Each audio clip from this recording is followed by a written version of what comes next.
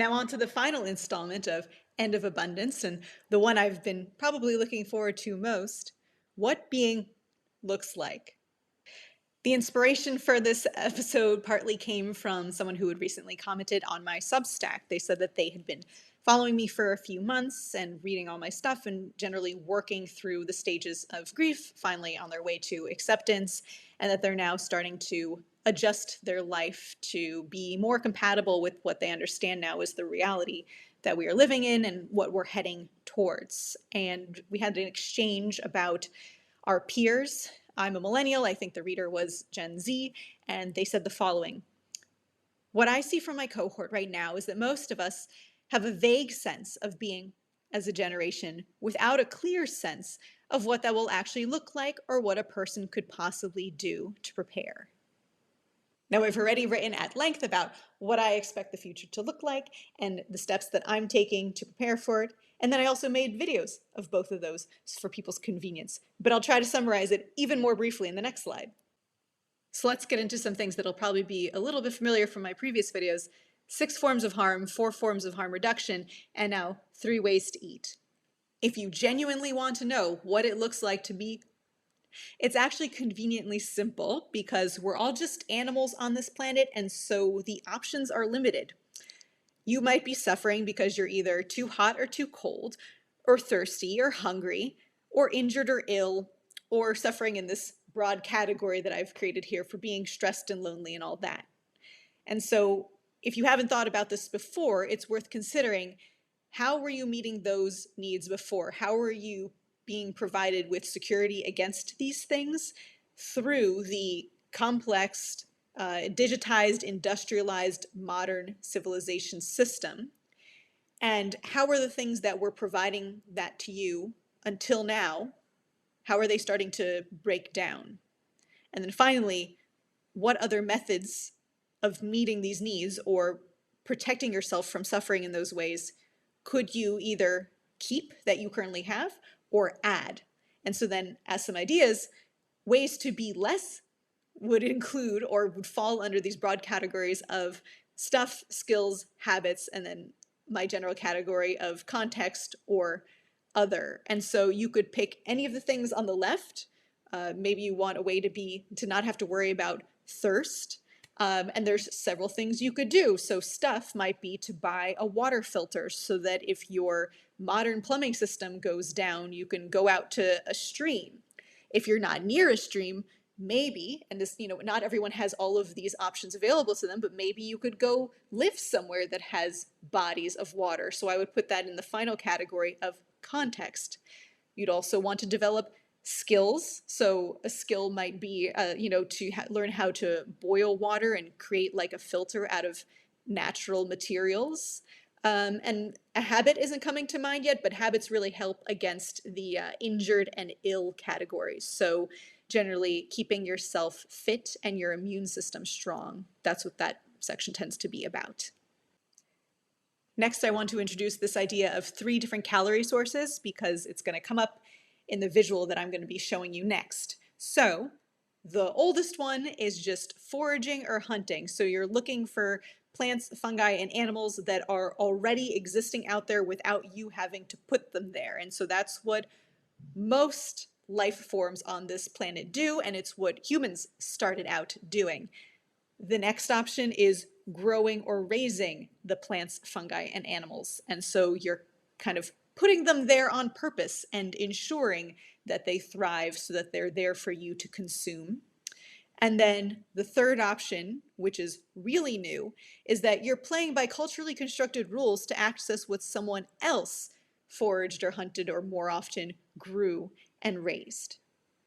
For a while, I was hoping someone with graphic arts professional experience would make a visual of this, but then I realized they weren't coming. And so I should take it into my own hands. And so I'm very pleased with this because even though it can't be to scale on like a timeline, it is to scale in terms of the area of the shapes. So what we have here is the color represents where the calories are coming from, and then the area of the shape represents the size of the human population. So of course, for most of human history, we were hunters and foragers. And In the time leading up to the Neolithic Revolution, the human population hovered around 5 million. Obviously, it started lower, and there also was a time I've read that it dipped down to like 1,000, but then it recovered. And so I just have that one little green square representing 5 million humans things were that way for at least 200,000 years up until we started practicing agriculture. Then, over the last 12,000 years, we engaged in agriculture and our numbers grew. And so at the end of the era where we were purely agricultural, and remember, as I described before, even if we hadn't discovered fossil fuels, our population was already on this steady upward curve, and we would have reached our population, our current one, anyway. It's just that fossil fuels kind of expedited that process. But anyway, right before we discovered fossil fuels, our population was at about 1 billion. And you can see there that you still had about 5 million people hunting and gathering. And then most of that new population that was added was farming and eating food that they themselves had cultivated. And then you had this smaller portion who were eating food that someone else had done the work to produce. And so the people in that red section would have been royalty, religious leaders, military, and maybe like doctors and artists, because even thinking back to the earliest civilizations, you always had people who were sculptors or architects and stuff like that. And what we have here is our current situation. So this whole block represents 8 billion people. Of course, we have now exceeded that, and it's still rising. The population of hunters and foragers, according to the internet, is now 10 million. So it's kind of doubled from the time that we discovered agriculture, or when other humans started practicing agriculture. But by and large, now the biggest section is these people who aren't actually themselves procuring the food. They are reliant on other people to do it. And I don't have an exact source for this value, but we do know that about half of our population lives in cities. And if you're living in a city, that means you can't possibly be a farmer or a herder. And then I just kind of estimated that it would be still a little bit more than that, because then even outside the cities, in the smaller towns and whatnot, because of industrialization, there's even more people who still aren't farmers or anything. And for example, in the US, the size of the yellow section would only be about 2%. Only about 2 or less than 2% of our population is involved in food production, because we have introduced so many machines to be doing the labor. And that's actually, I should make that point, is that the reason that you see the red section growing and kind of bleeding and taking over more of the total block, as the whole block itself also simultaneously grows, is because we have introduced machinery into our farming process. As a larger part of society becomes aware of our polycrisis and predicament, I feel like it's becoming fashionable to refer to humans as being some kind of disgrace or whatever. And the way that I see it is, we're not the first ones to do it on this planet. Twice before on Earth, organisms have kind of kicked their metabolisms into overdrive and then dramatically changed the atmosphere, which killed off a majority of life. And so first it was during the Great Oxygenation Event, all of the cyanobacteria in the oceans. And then during also the late Devonian mass extinction, which was when plants and fungi emerged onto land and started digesting all of the rock, and then the minerals from that washed off into the ocean, creating these algal blooms, and then all of that photosynthetic life was absorbing carbon dioxide and releasing oxygen, so the opposite effect that we're having right now, but then that actually cooled the planet too much and killed everyone off. So we're not the first to ruin everything for everyone. We're not, we're just equally as oblivious as the other species, which, is there anything wrong with that? And I would say, if anything, if you want to criticize humans for something, and something that makes us uniquely stupid is the fact that most animals, if they're young, don't kind of have an instinctive drive to know how to take care of themselves. They will teach their young how to feed themselves and drink and stay sheltered. And whereas with our culture, what happened was we had forces, really just these, things called corporations formed, and then we also had our governments, and they pushed people out of the lives where they were capable of taking care of themselves and pushed them into things called jobs, where suddenly you don't really like the activities that you spend your day doing aren't ones that directly feed you and keep you hydrated and keep you sheltered. It's you do those unrelated activities in exchange for money, and then it's the money that gives you access to the products that someone else has grown. And that's a really good way to make yourself kind of helpless once that system falls apart. But of course, when we were making that cultural shift, no one expected that it wouldn't be permanent. So let's have a little history lesson, because I feel like when I was learning about the Industrial Revolution, at least before high school when we read The Jungle, I was under the impression that, like, oh man, we started having all these cool new machines, and so then people went to go live in cities because there was excitement and opportunity. But the reality is more like this clip that I got. It's either from History Channel or National Geographic, and it's geared towards kids. But it says the number of people, this is looking at the UK, living in Great Britain grew quickly in the 1700s. Farmers grew more food to feed everyone. They started using machines and found new ways to grow crops. By using machines, farmers did not need as many workers. Rich people began buying up farmland. They turned farming into a business. Because of this, family farmers could not survive in the countryside. They moved to cities to find new jobs. The cities had factories where people could find work. So what they are admitting to here, but I think we could emphasize it even more, is the fact that people didn't want to abandon their farms. They liked being self-sufficient. It's not the jobs that were there for them in the city weren't safe, let alone fulfilling or anything like that. The conditions were worse. They were forced out of their jobs and forced out of self-sufficiency or community reliance. There's a great piece as well by Elizabeth Robson called Propaganda and Power. There's all these cool like retro posters in it and stuff where she shows you how there was this big push by corporations backed by the government to force people in rural areas to adopt electricity. So they were perfectly happy remaining with their existing lifestyles and habits because it was empowering to not need to rely on these advanced products and an electrical grid. They were happy as they were, but then, of course, how would companies make profits if you don't have consumers for your high-tech products? And so they were shamed into adopting these new technologies. And of course, now in just a few decades, really, a little bit over a century, we've all become reliant for survival on a lot of the industrial systems and the grid. Like if the grid went down, or when it goes down, really, and every time it does go down in other countries, it's really destructive, if not catastrophic. And so that's a really great piece from her too. And I can't help but notice the parallels now between the current adoption of AI and data centers and the way that those are pushing people out of jobs, and the fact that we're not actually happy about it.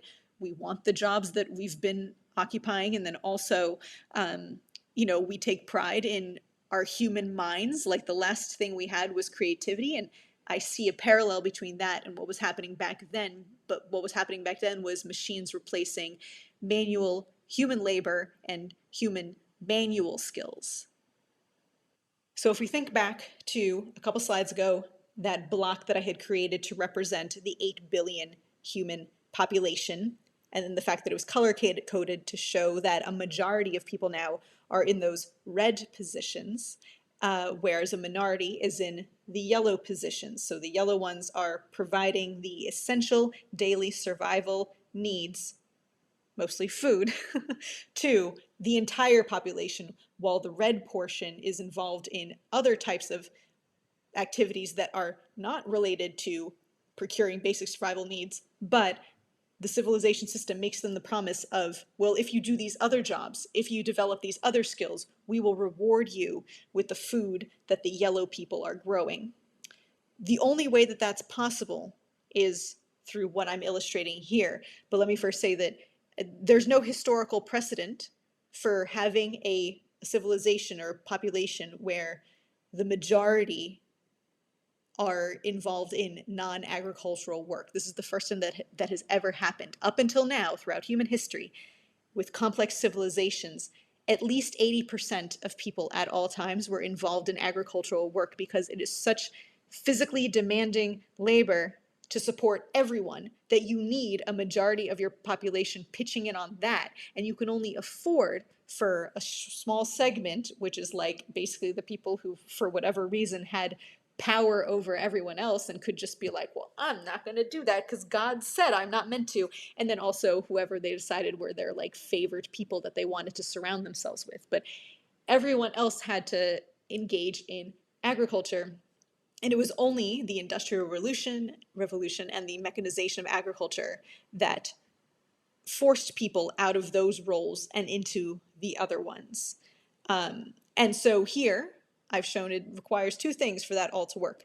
First of all, to even have that many people in the first place, you need to be feeding them. And the way that we are producing so much food now is that we are using fossil fuel-based fertilizers to double the food supply. So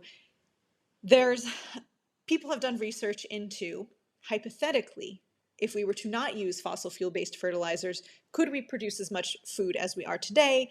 They've determined that yes, we could. Maybe some would even say that we could produce more, but the world that we're living in, the reality that we're facing, and if you want to know what lies ahead for us in reality, you have to look at the circumstances that we find ourselves in, which are these ones where half of our food is still being grown using those fossil fuel-based fertilizers, which are going away.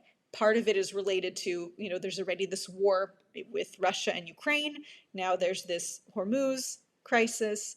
But even if it weren't for either of those, we knew, and I've already made this clear in other presentations, there's been tons of data and all these reports, and everyone's been in agreement that our access to fossil fuels were going to decline. So there was basically going to be a leak now starting to form in the supply of fertilizer, and it was going to start to drain, and that was going to start to decrease our agricultural yields, aka the food supply, which is supporting all 8 billion humans on this earth. And then the other thing that is holding up this extremely anomalous situation is the fact that machines are doing the work of 500 billion people. So there are 5 billion workers in the world. Everyone else is either, I guess, a child or elderly. So 5 billion humans plus 500 billion kind of artificial humans, we call them energy slaves, but in the form of machines that are being powered by fossil fuels. And so they're doing the work, for example, because our food system is so specialized, because each state within America basically has one type of thing that they use most of their acres to grow, or even the country of America is mostly growing corn and wheat.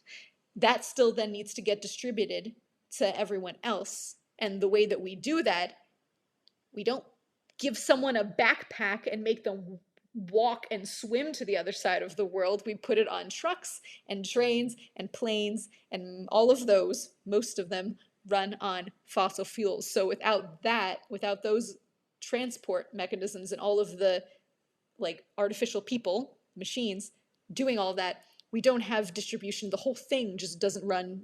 It breaks down. We do not have modern supply chains of goods, and we can't have modern services.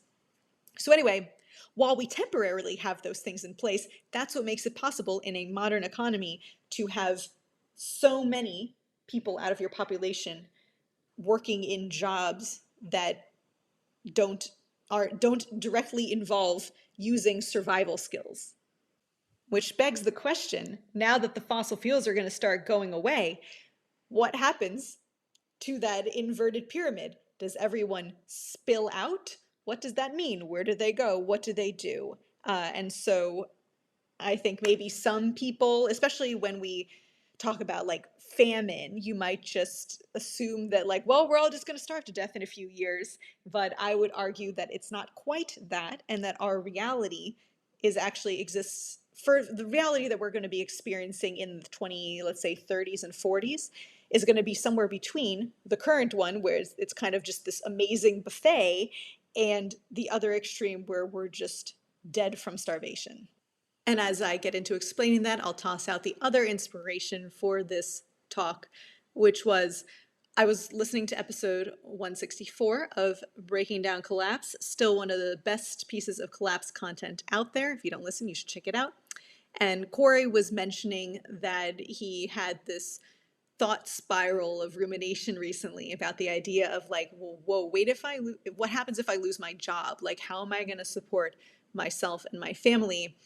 And that really struck me because I'm sure that the idea that he could lose his job has occurred to him before, but it sounds like he hasn't really thought through the details or allowed himself to feel what the implications would be, whereas my imagination just always goes wild, and I've already envisioned all kinds of scenarios.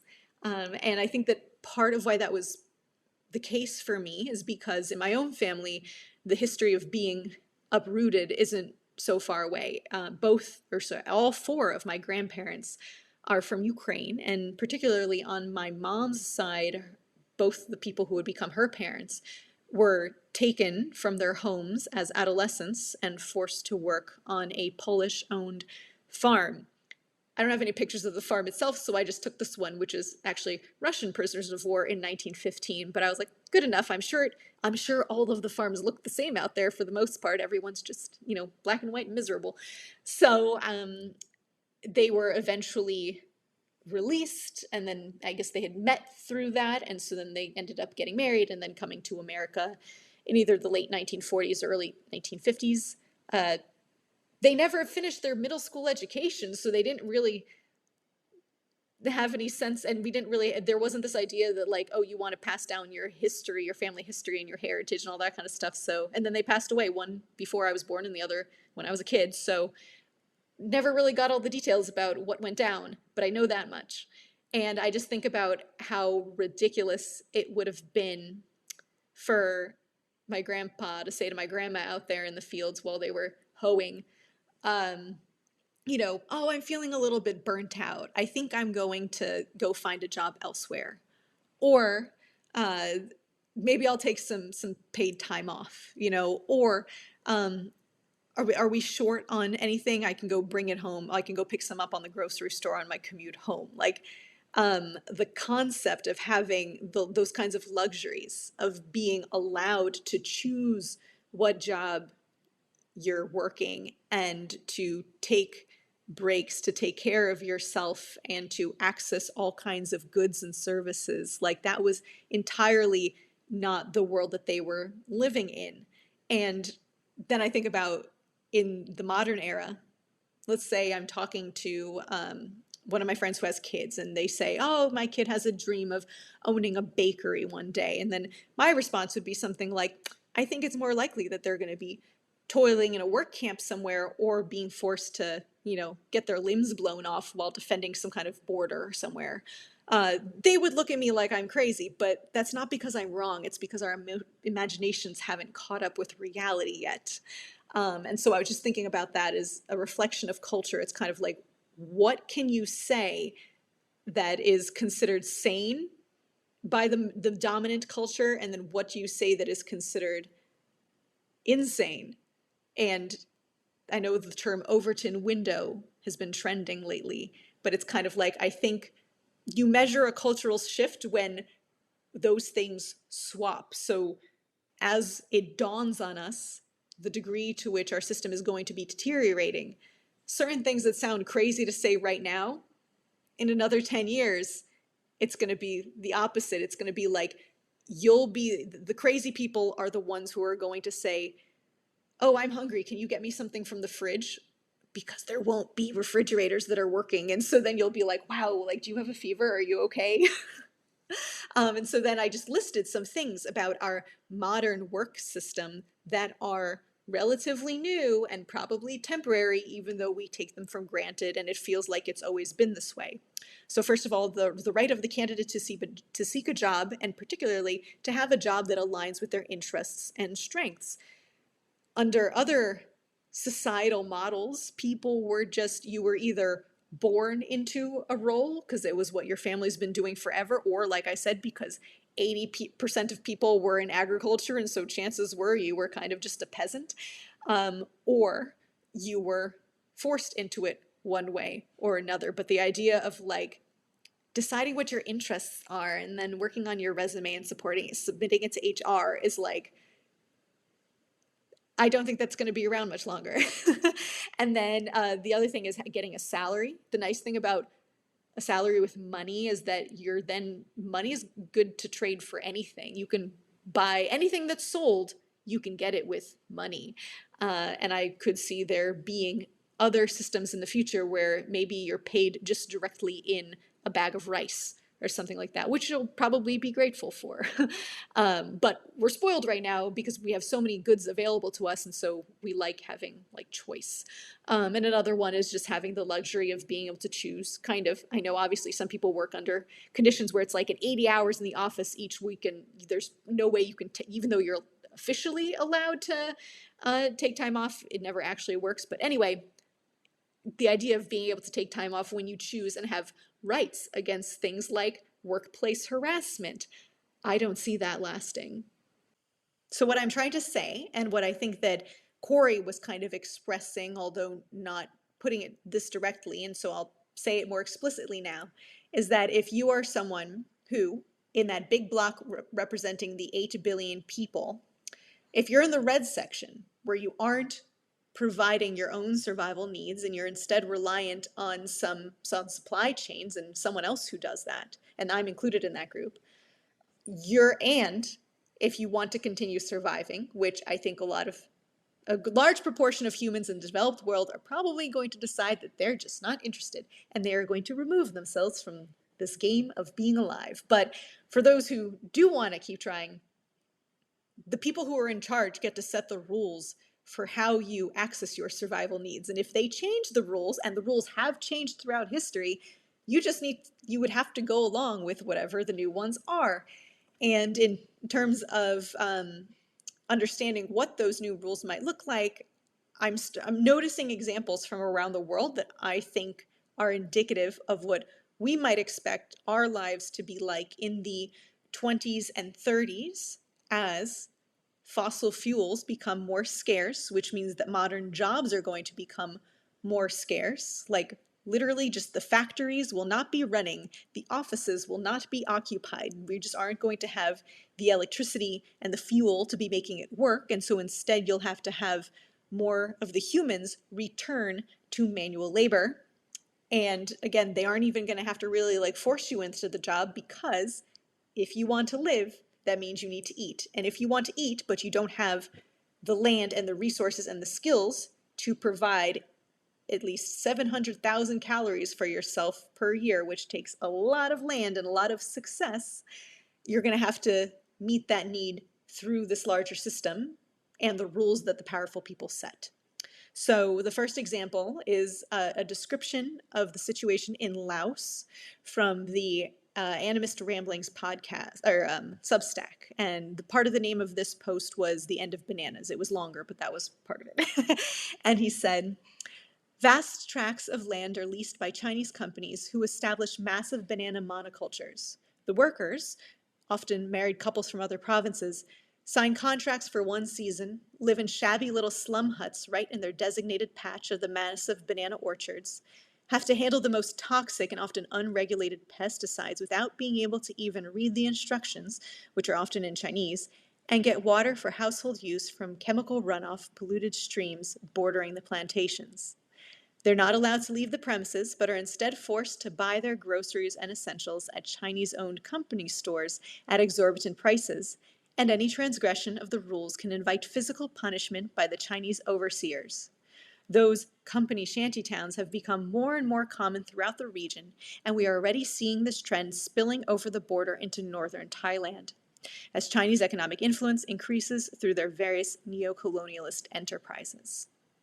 So I think that we might see that in America. And then also, I came across these headlines this one's about people from Kenya. I also saw it referring to men from Ghana and Zimbabwe. They're all going to fight in the war for Russia against Ukraine. And I think that part of this is related to this fact from the Federation of Kenya Employers, which says that in general, the unemployment rate in Kenya is 12.7%. So what's considered like a normal, acceptable unemployment rate is around 5. So very high unemployment rate. And then also when you look at people aged 15 to 34, the unemployment rate is 67%. So 2 out of 3 people, when you look at teenagers, late teenagers, people in their 20s and then their early 30s, are without jobs. And I don't know how much of that is being kind of skewed by the fact that they are counting teenagers. Like, I wonder what would happen if you started the range at 18 or 21. But anyway, lots of people without jobs. And if you don't have a job, that means you're not, like, currently the rules in our system are you need to buy food. And if you don't buy it, you can steal it, but you'll go to prison for that. And you don't have any of the other options open to you. You can't go out and grow it yourself for various reasons. And so you got to figure something out. And apparently the thing that they are figuring out is they're going to go serve in the military. So I think that we might also see that used in America as like enticement. Like it's just simply going to be, if you want to survive, or maybe you won't survive if you do it, the best option available to people. Now, an interesting thing that's already happening in America is the fact that our 13th Amendment, which abolishes slavery, has a little loophole called the punishment clause. And it is legal to assist enslaved people as punishment for a crime. So all you have to do is find them guilty, and then you can tell them to do whatever you want them to do, force them to work, and not pay them for it. So at most, prisoners in America who are participating in this labor program get paid 52 cents an hour. They don't have any of the, because minimum wage just doesn't apply. And they don't have any of the legal health and safety protections, even though often the work that they're doing will be unsanitary or dangerous. They don't have a right to unionize. And if they refuse to do the work, they can't be forced into it at this point, but they do lose certain privileges. Now, interestingly, I found some sites putting a positive spin on it. From the Hunter College in New York City, its Food Policy Center recently, this year, had a headline that said, "Planting Change Behind Bars, How Prison Farm Programs Support Rehabilitation and Fresh Food Access." So who knows what the accurate perspective is here? Maybe it's a mixed bag. I just went down a rabbit hole, so I wanted to share a few more things. First of all, the idea that a lot of Idaho potatoes and melons are harvested by prisoners. The melon one makes sense to me because I'm aware that it's pretty difficult to determine where each one is ripe. So that means that you can't really mechanize it because whatever technology we have doesn't have that kind of attention to detail to feel each melon and see when it's ready to come off of the vine. So you have to use people, and it's slow work. So either you're paying your existing crew overtime to do it, or you're having to hire new people, which from a business perspective, especially as we've heard, all the prices for operations are rising as well. So here's this convenient loophole. Secondly, the fact that they refer to this as convict leasing. Like, it's not the slave trade, it's convict leasing. What a nice euphemism. And finally, I saw some examples of the privileges that people would lose if they refuse to do this work. Is they might no longer be able to have visitors, or they would be put in solitary confinement. Now, this one I'm just including here because y'all know I love a good visual. The Colorado State University created a color-coded map of how prison labor is being used in our agricultural food system. So it's color-coded based on, obviously you can see where people are working and where it's more concentrated in the South, but also it shows you whether they're working with crops or livestock or doing landscaping, which seems pretty more popular than I would have expected, more common. Or in more of just like a food processing or service role.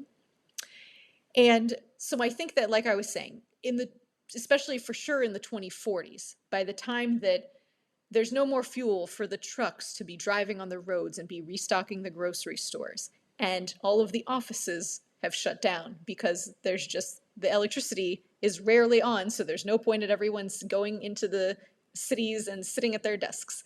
And the airplanes aren't flying anymore, and the food for the restaurants isn't being shipped, like the variety of foods from all around the world. And so a lot of those, air travel roles, food service roles, all these various parts of the modern economy, they've all kind of gone dark, kind of like they did during the COVID shutdowns, except more dramatically this time.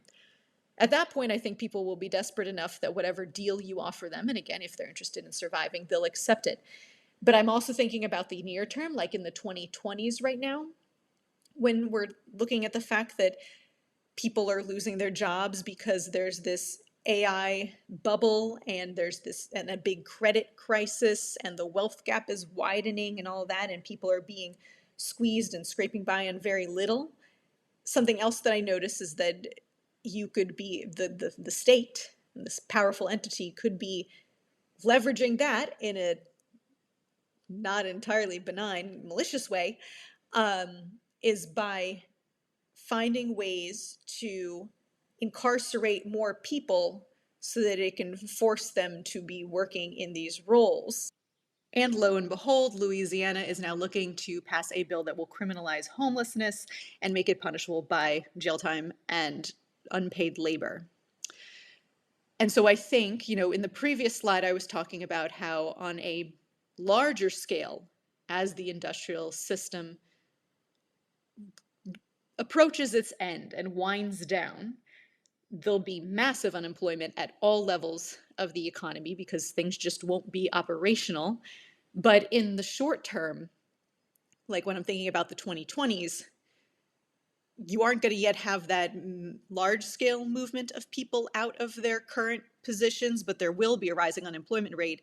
And especially, people who are working probably minimum wage jobs in positions that are kind of non-essential, they'll lose their jobs. They won't be able to pay rent or mortgage or whatever. They'll become homeless, and then they'll get swept up in this. And I think what we've seen about this administration is that they'll pilot things on a smaller scale, and then, you would think to yourself, oh, they'll never, we used to maybe think no government would ever do something so malicious or whatever, but nope, there's no limit to that. Anything can happen. So we would see this possibly spread. And it's worth pointing out that prisons and prison labor and that whole prison industrial complex is a feature of both parties. Like everything that I've been describing about how we use this unpaid labor and under terrible conditions, that was happening under Democratic leadership as well.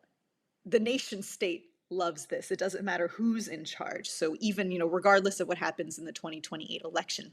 And then I wanted to tie it to another thing when we're talking longer term for, say, like the 2030s and 40s.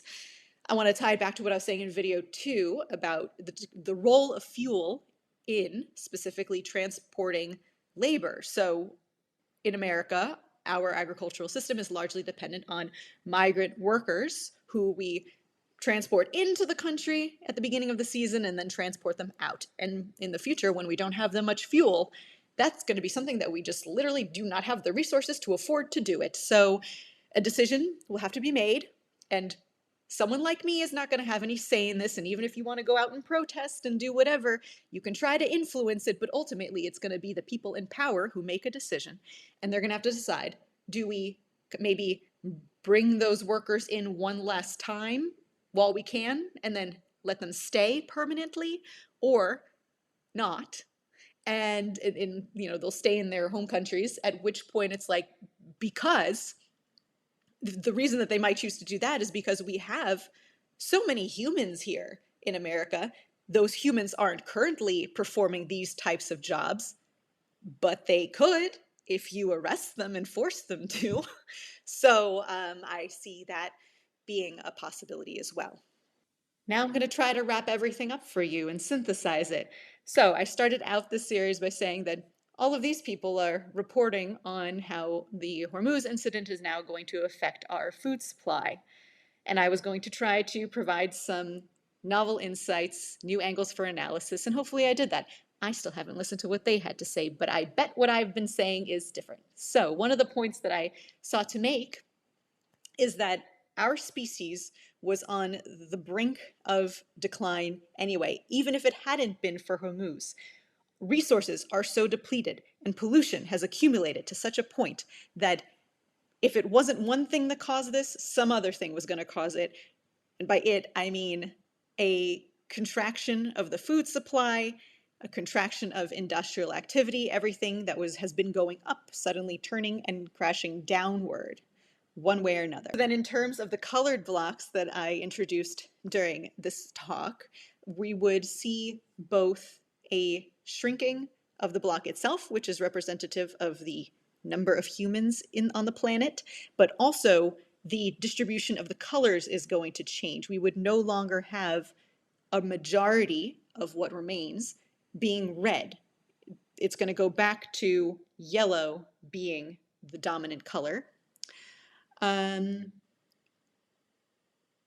then also to the extent that climate is a factor, because what I just mentioned would just happen simply by losing fossil fuels. But because we are not only going to be losing fossil fuel availability, but also climate change is proceeding and it's set to become quite a bit worse. Even if we end up not being able to continue burning fossil fuels for as long as some of the models assume, there's already a good degree of warming and destabilization locked in. So there's also, that's going to be a factor that makes it even harder to engage in agriculture, which means that yields will be even smaller. And so we don't know the extent to which it's even going to be possible to live a yellow lifestyle. And so then in that case, maybe it'll just be down to the little green blocks that we started with in the first place.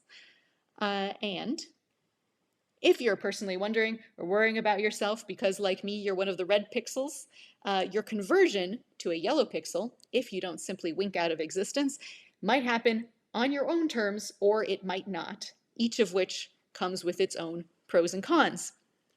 Maybe, the downside to doing it on your own terms is for a lot of people that is intimidating and you would rather have someone just shove you into a van, send you off, and then tell you what to do. On the other hand, if you're someone who really likes control, that might not be an appealing prospect. And so I think I would just wanted to close by posing to you the existential question of what does it even mean to be? And so I think that it could be interpreted as we're facing a predicament. None of the paths forward is appealing. No matter what, the harm isn't fully realized, but it's locked in. And so in earlier videos, I had used this metaphor for allegedly, in chess, there's a position called Zugzwang, where no matter where you move your pawn, I don't play chess, but no matter what move you make, you're like, oh, I could do that. Oh, but that would turn out badly. Or I could try this. Oh, but that's not going to go well for me either. So there's no way forward that you could possibly take that you don't get checkmated or whatever. Another way that I think about it is that we are, when we have this vague sense of being, we're anticipating that we're going to go from having first world problems, which if we think back to those forms of harm, were mainly the ones that were consisting of psychological and spiritual ailments, afflictions, so the stress, the loneliness, all that, to having the kinds of third world problems that remind us that we actually inhabit bodies and exist on a planet.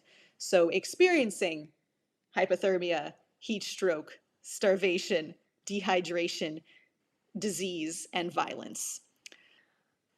And that's all I had. And I don't know that I have any good advice. And so if anyone who has been thinking of all this would want to drop some advice in the comments, possibly about what to do when you're in the early stages of realization, that might be helpful to read, or whatever. Anyway, thank you.